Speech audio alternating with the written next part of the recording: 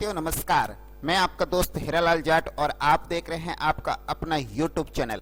साथियों आज Excel learning classes का वीडियो नंबर है 19 यानी 1900 वीडियो आपके समक्ष प्रस्तुत किया जा रहा है। साथियों आज का वीडियो बड़ा ही महत्वपूर्ण है क्योंकि आज हम इसके अंतर्गत दो ऑप्शन लेने वाले हैं। एक ऑप्शन रहेगा कमेंट्स, किस प्रकार एक सेल के अंदर आप कमेंट डालते हैं और उस कमेंट के माध्यम से कोई भी एक्सेल का यूजर है जो एक्सेल को यूज कर रहा है तो उसको पता रहे कि उस सेल के अंदर क्या एंट्री करनी है, ये कमेंट डाले जाते हैं। और दूसरा ऑप्शन रहेगा चेंजेस। इसके अंदर क्या रहता है, किसी भी सीट को या एक्सेल फाइल को आप प्रोटेक्ट कर सकते हैं, उसको अनप्रोटेक्ट कर सकते हैं। सीट को प्रोटेक्ट करना और अनप्रोटेक्ट करना आज हम इस वीडियो के अंतर्गत आपको बताने वाले हैं, इसलिए इस वीडियो को आप शुरू से अंत तक देखिएगा।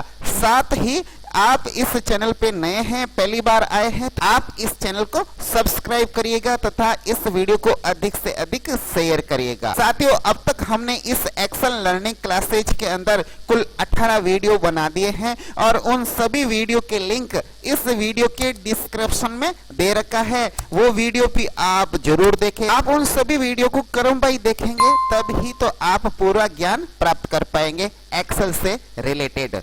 आज का वीडियो हम शुरू करते हैं, लेट्स स्टार्ट।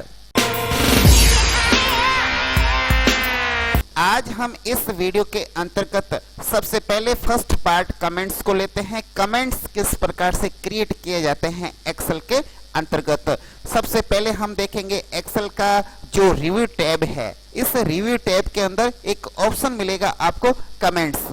इस ऑप्शन के माध्यम से आप कमेंट क्रिएट कर सकते हैं। जैसे मुझे इस सेल पर कोई कमेंट डालना है तो आप ये न्यू कमेंट लिखा है, इस पे क्लिक करोगे तो यहाँ पर ये कमेंट बॉक्स खुल जाएगा। और यदि आप सोच रहे हैं कि इसकी कोई शॉर्ट की है तो बिल्कुल है। जैसे आपको इस सेल पर कमेंट डालना है तो आप इस सेल पे क्लिक करके अपने कीबोर्ड से शिफ्ट के साथ F2 प्रेस करेंगे। जैसे ही करोगे इस प्रकार आपके सामने कमेंट लिखने के लिए बॉक्स ओपन हो जाएगा। आप इसके अंदर कोई भी कमेंट डाल सकते हैं। अब ये कमेंट बॉक्स काम कहाँ आते हैं ये समझना जरूरी है, तो इसके लिए मैं एक ऐसी सीट लेता हूं जिस पर मेरा पहले से वर्क किया हुआ है, तो उस पे आपको समझने में आसानी रहेगी कि ये कमेंट बॉक्स कहाँ काम आते हैं। जैसे मेरे सामने ये सीट है जिस पे मेरा कुछ वर्क किया हुआ है। मैंने इस प्रकार एक मास्टर क्रिएट किया था, उसके अंदर बहुत सारे ऑप्शंस हैं। मान लीजिए कोई इस सॉफ्टवेयर को यूज कर रहा है और उसको पता नहीं है कि इस सेल के अंदर क्या एंट्री करनी है। उसके लिए मैं क्या करूंगा, यहाँ पर एक कमेंट डाल दूंगा। जैसे ही वो इस सेल पे क्लिक करेगा तो उसके सामने कमेंट ओपन हो जाएगा और वो कमेंट को पढ़ के डेटा एंट्री कर लेगा। जैसे मान लीजिए मुझे इस सेल पे कोई कमेंट डालना है तो मैं एक्सेल का जो रिव्यू टैब है इसके अंदर जो न्यू कमेंट है उस पे क्लिक करूंगा, या फिर शॉर्ट की है शिफ्ट बटन के साथ F2 प्रेस करूंगा तो यहाँ पर कमेंट लिखने के लिए एक बॉक्स ओपन हो जाएगा। यहाँ पर मैं कमेंट लिख सकता हूँ। अब लैंग्वेज आप अपने हिसाब से कुछ भी रख सकते हैं, हिंदी या इंग्लिश। मैं अभी फिलहाल इंग्लिश के अंदर एक कमेंट डाल देता हूँ। जैसे यहाँ पर जो ऑप्शन है वो प्रिंसिपल नेम का है, तो मैंने यहाँ कमेंट डाल दिया राइट प्रिंसिपल नेम। अब मैं यहाँ आगे चला जाऊंगा तो ये अभी फिलहाल कमेंट नहीं दिखाएगा। जब मैं इस सेल पे आऊंगा तो यहाँ पर ये जो कमेंट है वो दिखेगा कि राइट हेयर प्रिंसिपल नेम। मैं यहाँ प्रिंसिपल का नेम लिख दूंगा। इस प्रकार हम किसी यूजर से बिना गलती किए हुए उस सेल के अंदर डाटा एंट्री करवा सकते हैं यहाँ पर कमेंट डाल के। ये हमें संकेत करता है कि इस सेल के अंदर क्या एंट्री करनी है। तो इस प्रकार इतने सेल्स हैं, आप कहीं पर भी कमेंट डाल सकते हैं। जैसे मुझे यहाँ पर कोई एडिट करना है तो कैसे करूंगा, मैं इस सेल पे राइट क्लिक करूंगा तो यहाँ मुझे ऑप्शन मिलेगा एडिट कमेंट्स। इस पे जाके मैं इस कमेंट को एडिट कर सकता हूं, पहली चीज। दूसरी, अगर मैं चाहता हूं कि ये कमेंट यहाँ नहीं रहे, बार बार मेरे को डिस्टर्ब कर रहा है, तो यहाँ से मैं डिलीट कर सकता हूं। या फिर आप माउस से राइट क्लिक करोगे तो भी डिलीट करने का ऑप्शन आपको मिल जाएगा डिलीट कमेंट। इस पे क्लिक करोगे तो ये यहाँ से हट जाएगा, या फिर इस कमेंट को आप शो या हाइड करा सकते हैं। ये आप पे निर्भर करता है कि यहाँ से ऑप्शन यूज करें या फिर रिव्यू के अंदर जाके यहाँ से आप डिलीट या हाइड या शो करना चाहते हैं, वो सारा ऑप्शन यहाँ मिलेंगे। अब ये तो आपको समझ में आ गया कि ये एडिट करने का है, ये डिलीट करने का है, या आगे पीछे करने का है, या फिर यहाँ पर जो कमेंट डला हुआ है उसको आप शो करना चाहते हैं या हाइड करना चाहते हैं। जैसे इस पे क्लिक करोगे तो अब ये परमानेंट नजर आएगा, आप कहीं पर भी एंट्री करोगे तो ये दिखेगा।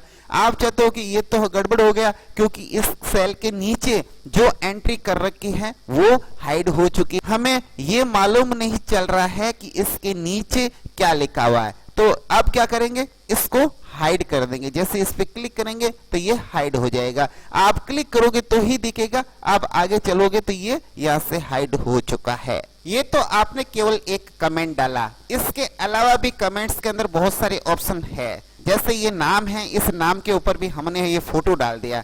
क्या कमेंट्स के ऊपर फोटो डाल सकते हैं? बिल्कुल डाल सकते हैं। जैसे मैं इस नाम पे क्लिक करूंगा तो इस नाम का ये जो पिक्चर मैंने डाली है ये आ चुकी है। इसी प्रकार आप भी कर सकते हैं। अब कैसे करेंगे, इसके लिए मैं आपको ले जाता हूं एक ब्लैंक शीट पे। यहाँ पर मुझे एक कमेंट डालना है। जैसे मैंने ये क्लिक किया और यहाँ पर एडिट के ऑप्शन पे एडिट कमेंट किया, उसके बाद यहाँ पर ये जो साइन आ रहा है इस पे क्लिक करूंगा तो यहाँ पर आएगा फॉर्मेट कमेंट, इस पे जाना है आपको। इस पे मैं करूंगा क्लिक। जैसे ही फॉर्मेट कमेंट पे क्लिक करेंगे आपके सामने बहुत सारे ऑप्शन होंगे। इसके अंदर आप प्रोटेक्शन दे सकते हैं, इसका अलाइनमेंट आप चेंज कर सकते हैं, इसका मार्जिन आप अपने हिसाब से सेट कर सकते हैं, इसकी साइज को छोटा या बड़ा आप कर सकते हैं, इसकी जो फॉन्ट की साइज है या फॉन्ट का जो कलर है, या फिर आप कौन सा फॉन्ट लेना चाहते हैं, इसके अंदर बोल्ड या इटैलिक करना चाहते हैं, वो सारा यहाँ ऑप्शन आपको मिलेगा फॉन्ट के अंदर। इसका अलाइनमेंट कैसा हो, आड़ा तिरछा खड़ा कैसा भी हो, टॉप के अंदर या बॉटम के अंदर, वो सारा आप यहाँ कर सकते हैं। आगे है colour and lines. Colour and lines पे जैसे क्लिक करोगे तो यहाँ पर भी बहुत सारे ऑप्शंस मिलेंगे, लेकिन जो कलर वाला ऑप्शन है इस पे आप जैसे ही क्लिक करोगे तो यहाँ बहुत सारे ऑप्शंस मिलेंगे।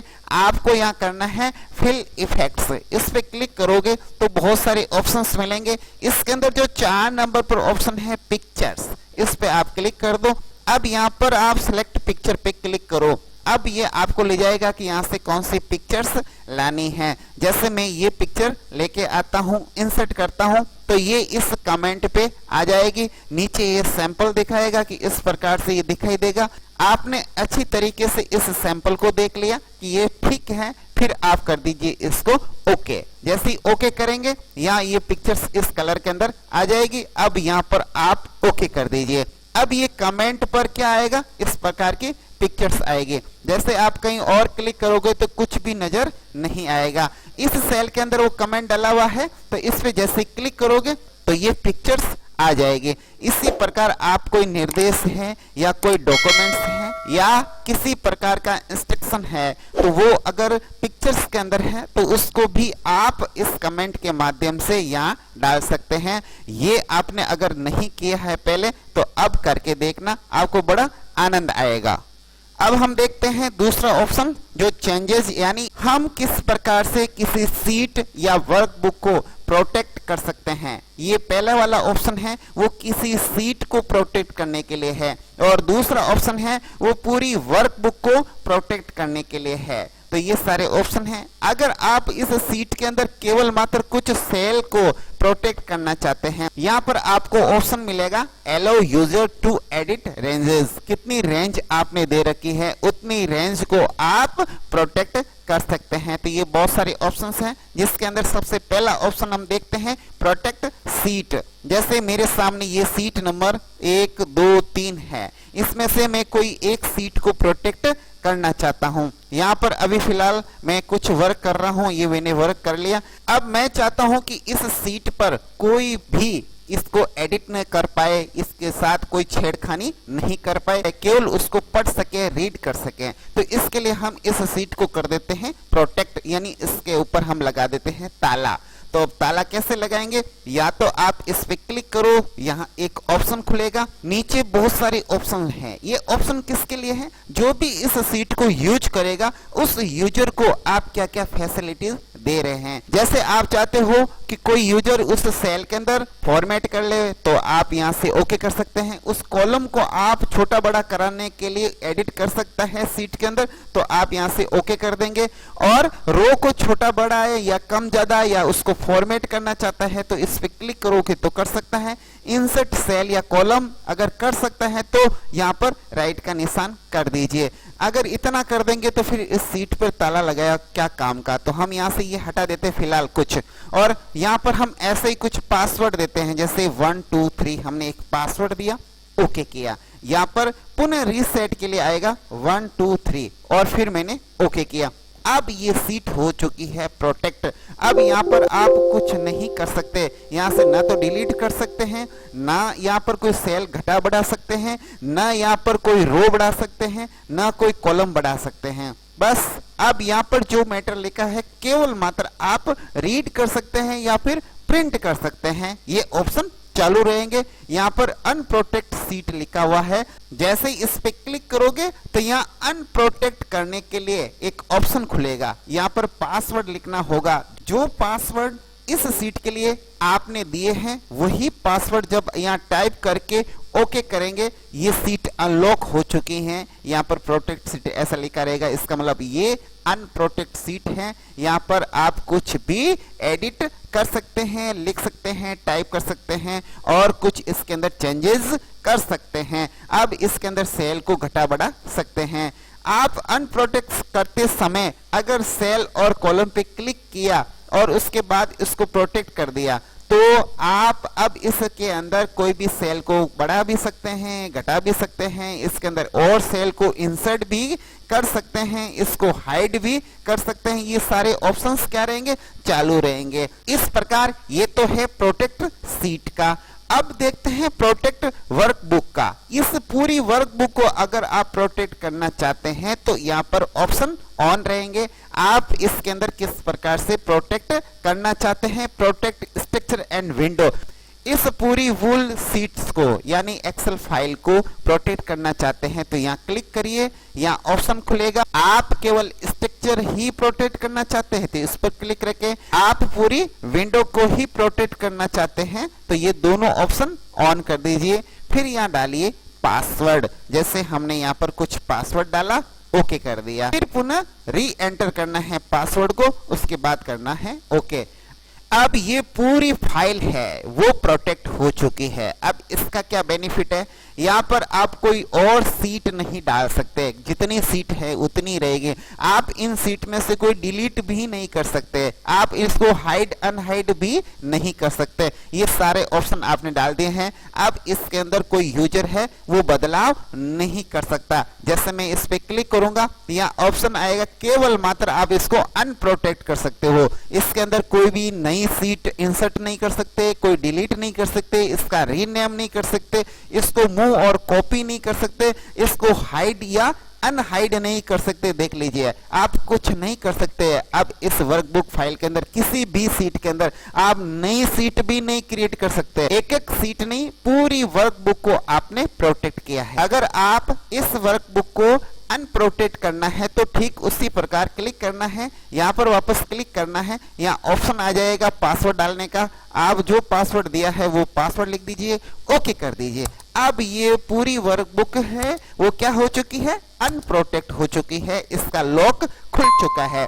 अब आप देखेंगे ये सारे ऑप्शन ऑन रहेंगे। आप चाहो तो इसके अंदर नई सीट डाल सकते हो, इसमें से कोई डिलीट कर सकते हो, इसमें से कोई हाइड कर सकते हो, इसके अंदर इसके टैब का कलर कर सकते हो, इसका रीनेम कर सकते हो। ये सारे ऑप्शन ऑन हो चुके हैं। आपने कंप्लीट वर्क कर लिया और उसके बाद ये फाइल शेयर कर रहे हो और आप चाहते हैं कि कोई भी यूजर आपकी इस फाइल के अंदर किसी प्रकार के कोई चेंजिंग नहीं करे, तो आप इस प्रकार के प्रोटेक्शन लगा सकते हैं। अब तक आपने देखा पूरी वर्कबुक है, पूरी फाइल है, उसको प्रोटेक्ट करना देखा। उसके बाद आपने एक एक सीट को प्रोटेक्ट अनप्रोटेक्ट करना देखा। अब आप देखेंगे कुछ सेल या कुछ रेंज को अनप्रोटेक्ट या प्रोटेक्ट करना। जैसे अब आप देख रहे हो इस प्रकार के कुछ एंट्री की हुई है।